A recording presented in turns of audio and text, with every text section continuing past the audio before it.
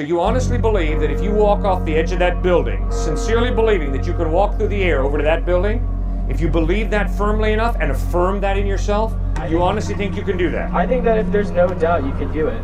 But I'm not saying that I can do it right now. I'm not going to say I'm going to go jump off that building, obviously, and see if I can fly over there. I'm not saying I can do that right now. But Jesus, there's so many parts of the gospel that are missing of how Jesus grew up. He came into the Bible at the age of 30, so he could have learned so much. Yes. Yes. Polytheism, many gods, is definitely an option. Obviously, that's what Hinduism teaches, right? Many thousands of gods. Obviously, that's what Jesus Christ contradicted. Obviously, Muhammad contradicted it as well. That no, there are not many gods, there's one God.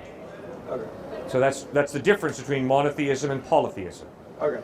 Are you polytheistic? I'm actually atheist. Atheist, Yeah, okay. yeah. I was raised in a monotheistic. Oh, you were? Yeah. It's like a whole thing, honestly. Okay, so if you don't mind me asking, how did you move from monotheism to atheism? Sure, yeah, that's a good question. So, I think it just kind of, one day I'm just looking up and I just realized I couldn't get, even though I want to be like monotheistic, honestly, I'd like to believe that there's purpose to everything. And that's a big thing that I think about a lot.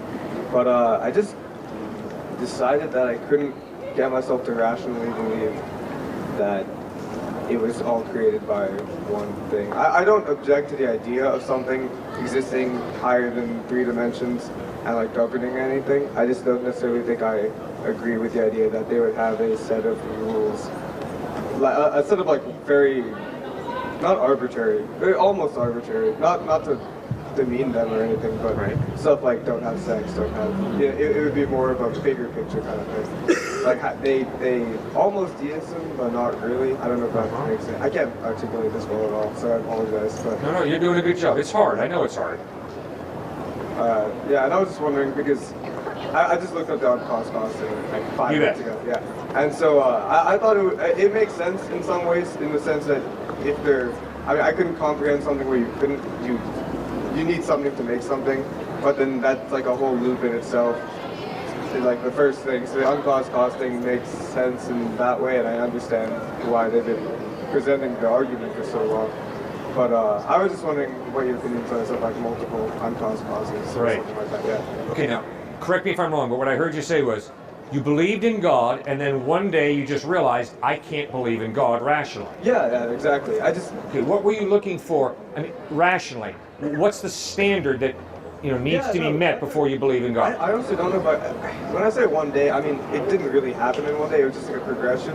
I like slowly started to like question, honestly, just a lot of it happened to when I found out how like the eye developed through natural selection. I just started from something that just recognized light, reacted to it, and eventually it just optimized slowly. But they tracked the whole progression of it. So it's, it just makes, if something as complicated as the eye could be just achieved through like randomness, like directed randomness, then I figured that it could happen to everything. A billion years, or like 15 is a ridiculous amount of time. So.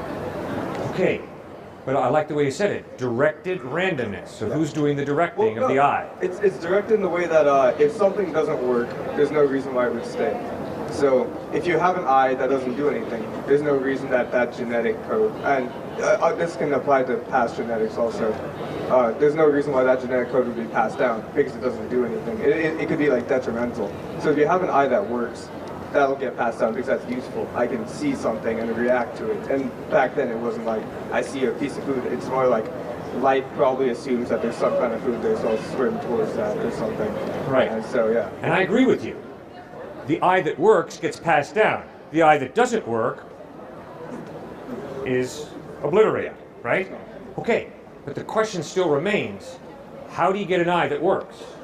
I know there's a process, but is it not more reasonable to believe that behind the process there's an intelligent mind than to believe that behind the process of the development of the eye is just randomness? No, I mean, I agree. I understand that both points of view exist, and I don't necessarily discredit either one. I personally just choose to believe that randomness can do that. Okay, why? Because this is taking a lot of like animal behavior. Honestly, I don't know. It's not the best. It just they've done a good job tracking it, honestly. And and so the fact that they have mapped out how certain things arise just makes me think the whole thing's possible. Okay, if I map out for you the process that camera went through in order to become a camera, Sure. does that mean that there's not a rational mind behind the camera? Well, if you could, the difference I guess would be in this sense. I mean, that does make sense. It definitely makes sense. It's just there's no way to prove that someone built everything. I guess. I mean, I can prove that someone designed that camera. That's not a hard thing to do at all. It's easier to just assume it was random than to assume that someone did a random directiveness to make something. That makes sense. Yeah, you see, here's my problem with that line of thinking. My problem is everything in my observation, everything in my experience tells me the sweater comes from a tailor. The camera comes from a mechanic. The automobile comes from a mechanic. The delicious meal comes from a chef. The building comes from an architect and a builder. I never observe order and design coming about randomly by chance. So then, when I look at the human eye, which puts that camera to shame in terms of complexity, is it more reasonable for me to believe that behind this eye there's an intelligent mind, or is it more reasonable, not that I can prove anything, I can't, I cannot prove anything, but the question is it more reasonable, is it more plausible for me to believe that behind this eye there's an intelligent mind, or is it more reasonable to believe behind this eye is chance and fate? That's actually why it would not surprise me at all if it turned out to be stuff existed before time, if that even makes sense. It wouldn't surprise me at all. It's why I don't say I'm a strict atheist. It's very I don't know. For me, the reason I wouldn't call myself religious is because I don't believe that if such a thing existed, that it would make a doctrine that's saying. I mean, various religions have their own rules, but that's my opinion. Okay, but then let's think about that quickly. If there is an intelligent mind who created your eye, my eye, your central nervous system, your brain, and mine, then if this creator wanted to reveal himself to you and to me, it would behoove him to speak language that we can understand. Sure, okay. Right? Yeah. And it would behoove him to reveal himself because we are not smart enough to figure it out. See, that's where Jesus Christ comes in. I think I might disagree on that last point. I think that, I don't know. I think that we have the potential to figure it out, through time. I really do, yeah.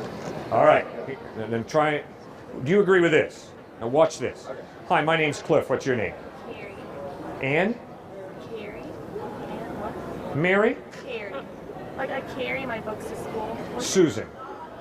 Okay, not only am I being rude to Carrie, sorry, Carrie. Not only am I being rude to Carrie, I'm being incredibly off the charts arrogant. Okay. Why? I'm assuming that I'm intelligent enough to figure her out. I can't. If I'm going to have a friendship with Carrie, I'm going to have Carrie reveal to me who Carrie is. And if I stand here saying, Susan, great to meet you. And Susan, you can jam a basketball forwards and backwards. Let's go play hoop together. And Susan, you have $1 million and you'd like to give me 100,000. Thank you so much. That's totally dishonest. I'm parting company with reality. In order to have the privilege of getting to know Carrie, I have to be humble enough to allow Carrie to reveal to me her name, what she likes, what she dislikes. Otherwise, I'm never going to have the privilege of getting to know Carrie. If that's true between Carrie and me, how much more true it is between God and me? No, I completely agree with that. I just think the method of introducing it is learning about everything, going out, finding. I think the answer is out there. I don't think it's as simple as being written down to us. I think it's we have to really work for it, really work for it. Yeah, that's my opinion. Okay, good. Well, and that's exactly what Jesus said. Jesus said, ask and it shall be given you. Seek and you shall find. Knock and the door shall be open. For everyone who asks receives, he who seeks finds, and to him who knocks the door shall be open. So if you spend 4 years getting a degree here, for at most a 60-year career, it would behoove you to check out this Jesus because he talks about eternity. Yeah. That's a long time. You're spending 4 years here at this fine university to prepare for at most a 60-year career. It would be very wise to consider eternity, and Jesus talks about eternal life. Yeah, I mean, I personally don't expect that I'm going to, when I say like, we'll figure it out, or I think we can figure it out, I'm definitely not referring to myself. I'm referring to people like way down time-wise, like millions of years or something. So, yeah, like I'll get a 4-year education to do whatever I want to do, and then I'll die, and then maybe I'll maybe I'll go to heaven, maybe I won't. I have no idea. But I think that the answer is not like I will find the answer. I think it's possible to find. I don't think I'll do it. I think it's going to be in the future, but I do think it's possible. Okay, but here's the crazy message of Christ. The crazy message of Christ is God loves you and wants to know you today. Which means either Jesus is blowing smoke or he's speaking the truth. And if he's speaking the truth, wow. So, shouldn't that motivate you to read the Gospels, to check out? I've read. All right, yeah. What have you concluded about Jesus after reading the Gospels? I mean, I think one of my really good friends, he's Christian, and so I went to seminary with him and stuff like that to see, really get to know his lifestyle and everything and his beliefs. And there's a lot of amazing messages in the Bible and all that. Okay, what did you conclude about Jesus after reading the Gospels? I agree with all the messages. I just don't necessarily. This is the whole thing where like I just can't get myself to believe that that's a divine thing. I think he's, in my opinion, and I definitely see why people disagree with me. I think, in my opinion, he was an extraordinary man who brought a lot of love to believers. Yeah. Okay, now I'm not going to refer to you, so we'll talk about these other students who happen to go to the same university as you do. You say, I can't believe. The problem is, all of us believe something. Yeah. Right? All of us are motivated people. You would not be at this fine university if you weren't motivated. Now let's consider the options to Jesus that are being considered. Obviously, we know that a bunch of us here, I just was told in the business school especially, understand exactly why we're here. We understand exactly the purpose of our lives. Make money, get power, and enjoy physical pleasure. That's a faith position. That's a belief. The belief is money, power, and pleasure, that's the purpose of life. I think you can see through that option, right? I mean, I personally don't agree with it. But okay, good. But a lot of your very intelligent fellow students do agree with that, right? That's what they're living for. Okay, now what I would encourage you to do is say, okay, some very intelligent friends of mine are really committed to money, power, and pleasure. That's what they're living for. Pedal to the metal, no question about it. You can see through that and say, whoa, that belief is pretty hollow, pretty superficial. Not that there's anything wrong with money, nothing wrong with money, nothing wrong with power, nothing wrong with pleasure. Those are all gifts from God, but they make lousy gods.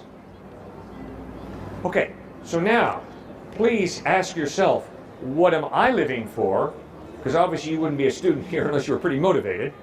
And what's the evidence that what I am living for is reliable? Those two questions, right? Yeah, okay. What am I living for? I'm not going to go to the business school and join those other rascals who think, oh yeah, the bottom line is money, power, and pleasure. I'm not going to go with a bunch of fraternity guys that say, no, it's not money and power, it's just sex, pleasure. I'm not going to go that way either. There's got to be more to life than that. So how do you go? So the first question on like why I'm doing everything, that's just I want to be a doctor, I guess.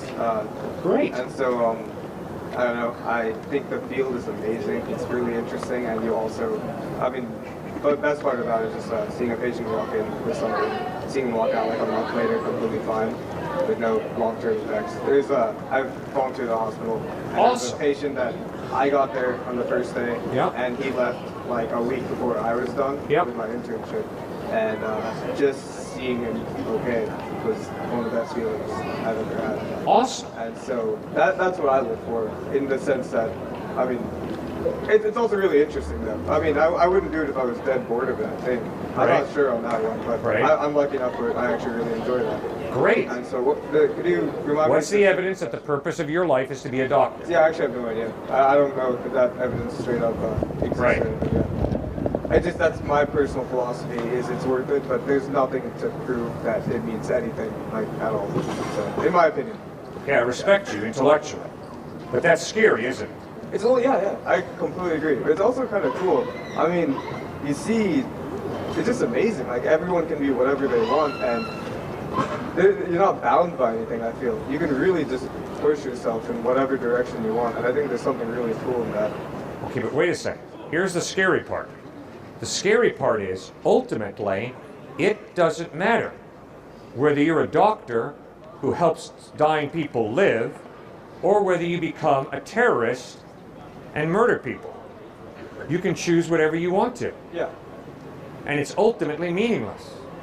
Because it doesn't matter whether you're a terrorist or a doctor, according to your worldview. It's funny, I had this conversation, like, not even... Good, I'm glad you did. And you see, I'm standing here saying, you know better than that. You know that to be a doctor and help dying people live is really good. And being a terrorist is really evil. And you see, that's one of the most powerful pieces of evidence that God exists. These moral absolutes, these objective morals that you are living out as you go to med school and as you help people live instead of die. Does that make any sense? Yeah, I guess if there is such a thing as an objective moral, which I'm not saying there isn't, I'm just wondering, like, kind of devil's advocate, I guess, why would people be something objectively bad then? Like, I personally believe that people are intrinsically good, and so I wouldn't believe that someone would intentionally do something morally bad for the sake of doing it. Okay. Yeah. It's a pretty optimistic view, you could say. Thank you for your honesty. Yeah. You're quite the optimist, yeah. But it's just, I don't know, I do believe that there is, obviously, there's better worth of being like a doctor, like a farmer, or anything, over being like a terrorist or something. Right. Just because, and then my personal belief is, since I do believe the answer, I said earlier, is out there somewhere, if there is one, I believe we could reach it. I think that being a doctor is more helpful towards that. You help a lot of people, Right. and you overall bring humanity as a whole closer to finding out the answer if there is an answer. And so, yeah. Also, I'm interested in it, and it's really nice. Like, physically, even though I say all this big picture stuff, I can still appreciate someone getting better. I mean, I don't, you know, I didn't lose my, like, individual humanity Right. in that whole thing. So, yeah. Okay, man, so I would argue you're close. You are really close to moving out of atheism because you are so committed to helping people as a doctor. In fact, you're working really, really hard to get an education so that you can be a doctor, so that you can help people get better. And I don't think you really believe that it would be just as legitimate for you to be a terrorist. I think you know better than that in the depths of your being. And then you're beginning to realize, whoops, that means I do believe in objective morals, and that means there's got to be some type of God. And by gollies, when I read the Gospels, I noticed that Jesus was the consummate doctor. He went around healing the sick. He went around loving on people and feeding the hungry and clothing the naked. Boy, I wonder if there's some connection here. And then this guy who was this consummate doctor goes ahead and claims to be God, revealing himself in human form. And he claims that God really loves you so much, he wants you to spend eternity with him beginning now and for eternity in heaven. Wow. Maybe there's something more to this. I'll think about it. Thank you for your time. Man, I can't thank you enough for talking to you. Thank you.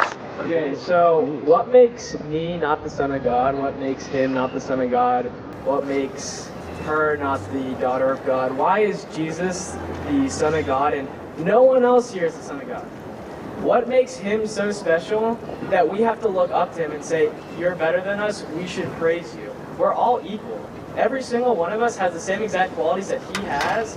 He just empowered himself in the same way that each one of us has the ability to. We don't have to pray to him. We can be like him in a way by meditating, by self-belief. So what makes me not the Son of God? Well, no offense to you, you're not God in human form. You're a wonderful human being created in the likeness of God, but you're not God, right? No offense to me, but I'm not God. Why am I not God? Because you have a birthday and a death day. You're very fickle, very finite, the same way I am. And you didn't create the cosmos, that's for sure. How do we know? Well, why don't you just create a rabbit? We'll start there to gain some credibility. Okay, what if I didn't? Okay, what I can't do that. Well, why can't you create a rabbit if you're God? Okay, so can Jesus do that? Yeah, God created more than just rabbits. Created squirrels and human beings and the whole cosmos. Pretty creative being he is. So I'm not the Son of God. No, you're not the Son of God in the same way that Jesus was the Son of God, meaning God in human form. You're a precious human being, a valuable human being who God loves deeply and who God wants to live in relationship with for eternity. But you're not God. No, Jesus is God, not me, not you. Okay, now what's the problem with that?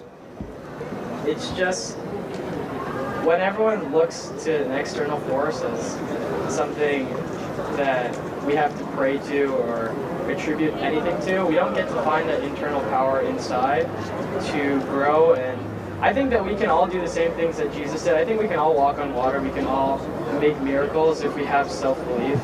And I think the whole point of Christianity and Christ is to teach us that we can all do those things on our own. You actually think that if you believe strongly enough in yourself that you can walk on water? Yeah. Right now I don't think I have that power. People are laughing, but like I think it's totally possible. Have you heard of like the idea of The Secret, where like you can kind of manifest your own destiny or manifest what you see or manifest consciousness? Or have you heard of like any of the new physics that's coming out, like metaphysics? Yeah. The idea that we can create our own reality. What does that mean? I think we could honestly do anything. What is an out-of-body experience? What is, like, how does Christianity explain that? In Jesus' story, there's so many evidences of those things happening. I'm not saying that we need to do those things, but things aren't right in this world right now, and I think it's because we're taking the wrong things out of Christianity. If we're able to kind of find this self-belief in ourselves and apply that to everything we do and kind of manifest our own destiny in the way that we want it to, we're getting the right things out of it. But when we just attribute all things to Jesus or to God, we don't really see that inner power inside of us.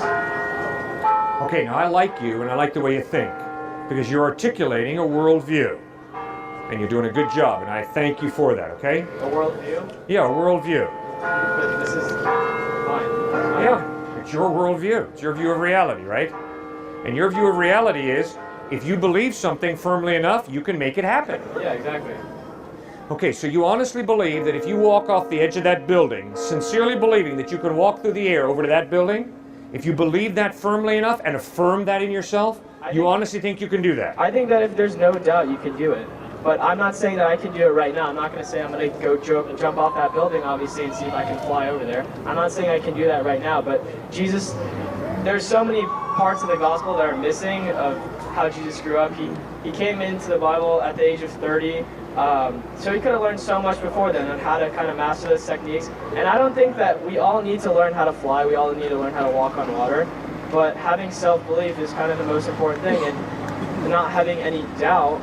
Doubt is the key. Doubt is what is our downfall. Doubt causes depression. Doubt causes sadness. Without doubt, we're completely self-assured. Yeah, maybe people think having no doubt is crazy, but that's what really living life is. Having no doubt. Having no doubt. I'm not saying that we have that. Okay. I'm saying that's something that Jesus teaches. All right. Now, I respect you, and I thank you for articulating your beliefs so clearly, okay? Sir, I have to go into hospitals on a regular basis to visit people because I'm a pastor, okay?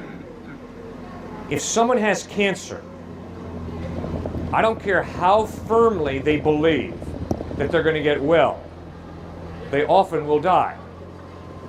And for you or me to stand there and say, you know, sir, you know, ma'am, if you just genuinely believe that you're going to get better, then you will be healed. I find that to be very dishonest, very manipulative. Why is it manipulative? Why is it dishonest? Hope is only good. Hope is only good. There's no downfalls to that. At least trying it. Because there are so many cases of people getting well by believing they can get well. Those exist. Okay. My experience of reality is... Wait, can I ask you a question? So what is the placebo effect? How does that occur if that's not the case? People getting better because they think that they're getting better. That's exactly what the placebo effect is. Okay, if you guys know what the placebo effect is, that's exactly what the placebo effect is. Fine, but please don't use the placebo effect for your next exam. And say, I'm not going to study, I'm just going to believe I'm going to get an A. Don't do that, because you're going to flunk. Thanks. All right? Instead, study hard, use the mind that God has given you to get in touch with reality. And I don't care how genuinely you think you're going to get an A, if you don't study and if you don't know the answers to the questions on your exam, you will not get an A. You will flunk. It's called being in touch with reality. That's just knowing the knowledge of the current day. That's all that is. Taking math tests on calculus, like, why does that matter? Who cares about calculus? We're not born into this world knowing about calculus. Obviously, we don't know about calculus. I agree with you. The purpose of life is not to learn calculus. I agree 100%. There's more to life than learning calculus. The reason that I, as a follower of Christ, will learn calculus is because I want to get in touch with mathematical reality, with mathematical truth. If I'm not interested in getting in touch with mathematical truth, I will not take calculus. But you see, as a follower of Christ, with the worldview that Christ presents, God has given us rational minds. God has created a real world. And what's really incredible, one of the pieces of evidence that God exists is that you and I have rational minds that can get in touch with the real world. See, that's one of the reasons I respect Charles Darwin. Charles Darwin wrote a letter to a man named Mr. Graham, and in this letter he writes, if it is true that your mind is just a highly developed monkey's mind, why do you trust your mind to tell you the truth about reality? Would you trust the thoughts of a monkey? That's good, Darwin. That's really good. One of the reasons I believe there's a creator God is because I've got a rational mind, and it's far more reasonable for me to believe that my rational mind comes from a rational being than it is reasonable for me to believe that my rational mind comes from non-reason. And every one of my atheist friends has to acknowledge they believe that the rational mind comes from non-reason. That's ludicrous for me. Does that make sense? But what's the point of having a rational mind? Like, why? That's why? a great question. No, why do we need knowledge? Why can't Exactly. Like, what's? No, seriously, what? I'm dead serious. I'm serious with you. It's a great question. Now, I'm not blowing smoke in your face, sir. The point of a rational mind is to get in touch with reality, with truth. There is scientific truth. There is historical truth. And there's relational truth, building friendships. And guess what, guys? Don't trust a liar. Don't trust a con artist. Gather evidence that a person is a person of integrity before you trust them. That's called using logic and reason, and then going beyond logic and reason to trust and build a friendship. And that, sir, is what makes life go round and round. Your friendships, my friendships. But we don't need a rational mind to have feelings. We can just be, we can have passion, we can have love, we can have sadness without any rational mind. The whole point of life is to be happy. We don't need to learn anything. We can just be happy. Okay. Going to school and suffering and taking calculus tests that we don't care about. I'm just using calculus as an example because it's the worst class ever. But seriously, like, learning about all this stuff is only beneficial because that's the way that society's set up right now. If society was set up in a more simplistic way, we wouldn't really need to learn these things and go through all this suffering, do all these stupid college apps for no reason to just like make ourselves a portrayal of what's good as defined by society. If society was basic, we could just all be happy and not need abundance of knowledge, because having a rational mind just inhibits our ability to be able to be happy, because we're always thinking about what we need to know, what we don't know. You bet. Now, sir, I can't tell you clearly enough how I respect you. You're refusing to just fit into the status quo, and I love it. Okay? I like it. Okay, but now, let me show you something what you're doing. Your argument is, we don't need calculus, right? We don't need to fit into the status quo and go to university and develop our minds. We don't. Okay. Because all this emphasis on reason is unimportant. That's what I've been hearing you say, right? Well, we come here because of fear. Okay, but your whole point has been we just don't need to be rational. We don't. Okay. But I'm saying What are you using to make your point? I'm saying that What are you using to make your point? my point about what? Your whole point, that we don't really need calculus and reason. I'm saying because you can be happy without calculus and reason. What are you using to make that point? There's nothing I need to use to make that point. Oh, yes, you do.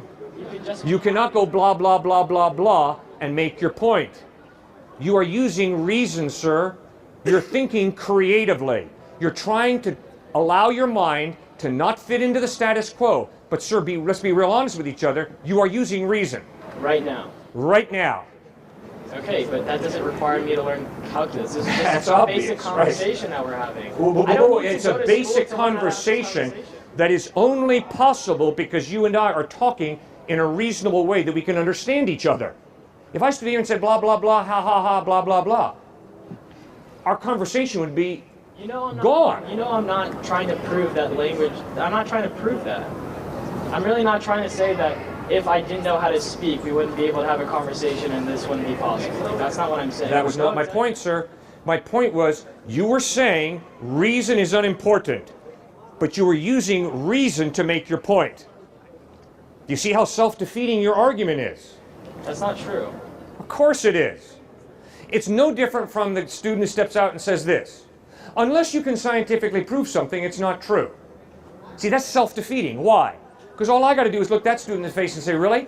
Please scientifically prove to me that unless you can scientifically prove something, it's not true. See, it's self-defeating. You can't prove to me that unless I can scientifically prove something, it's not true.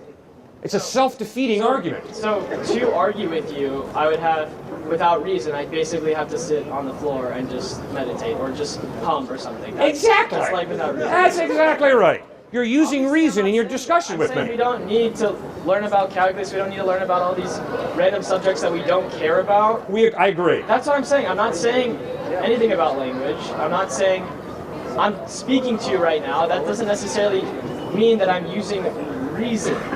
Reason in my definition. All right, what's your definition of reason? It's going nowhere. Oh, no, it's going lots of where. I love it. I like it too. That's what I told you. I respect your thinking. You see, sir, what you're dealing with is exactly what the freshmen in humanities at Columbia University in New York City were dealing with when I was speaking there. These guys come out to me and they say, hey, Cliff, how do you know that your brain was not just put together this morning in a vat by a highly intelligent scientist? I thought they were playing games with me. They weren't. They had just gotten out of humanities class. We're at Columbia, a very fine Ivy League school. The professor had been teaching epistemological nihilism, which is, you can't really know anything. I mean, prove to me that a scientist did not create you this morning in a vat. Prove to me that all your memories of last year and the year before are not just memories that scientist put into your head. Okay, I'm not talking about that right now. I just want to ask you one question. You bet. What's the point of having this with the cameras and everyone watching and this question? Because anything that I'm going to say to you, you're going to find a counter argument and say why I'm wrong. So what's the point of having this conversation? Sir, I am here to introduce people to the closest friend I have, Jesus Christ. But I'm not going to stand here and say, Jesus, Jesus, Jesus. No, you're an Jesus, intelligent person Jesus, and you're able Jesus, to- right? I am inviting you guys to ask questions. And I'm not just going to stand here and say, believe in Jesus, believe in Jesus, believe in Jesus. No, I'm going to take your question seriously. I'm going to respect you and show that respect by trying to answer whatever the issue is that you're raising. But I don't see that. Like, we can't have just like a one-on-one conversation. Like, you're talking to everyone else. I just want to speak to you like directly. Well, sure. I mean, Then let's get together afterwards and we'll have a Coke, or I don't drink Coke if you do, but well, I'll have my tea and water or whatever, and we can talk over the table if you want to. If you have the time and if I have the time. But right now, I've been invited here by a group of students to speak out here in a public forum, and nobody here has a chain from their ankle to the floor that I can see. I'm assuming that you all are here because you choose freely to be here, so this is not some coercive, manipulative activity we're involved in. We enjoy free, honest exchange of ideas. In fact, that's what I thought is the basis of the liberal arts education. We disagree, and we talk about our disagreements, and we ask each other, why do you believe what you believe? And I find that to be part of the university education. All right, thank you. Thank you, sir, for raising it.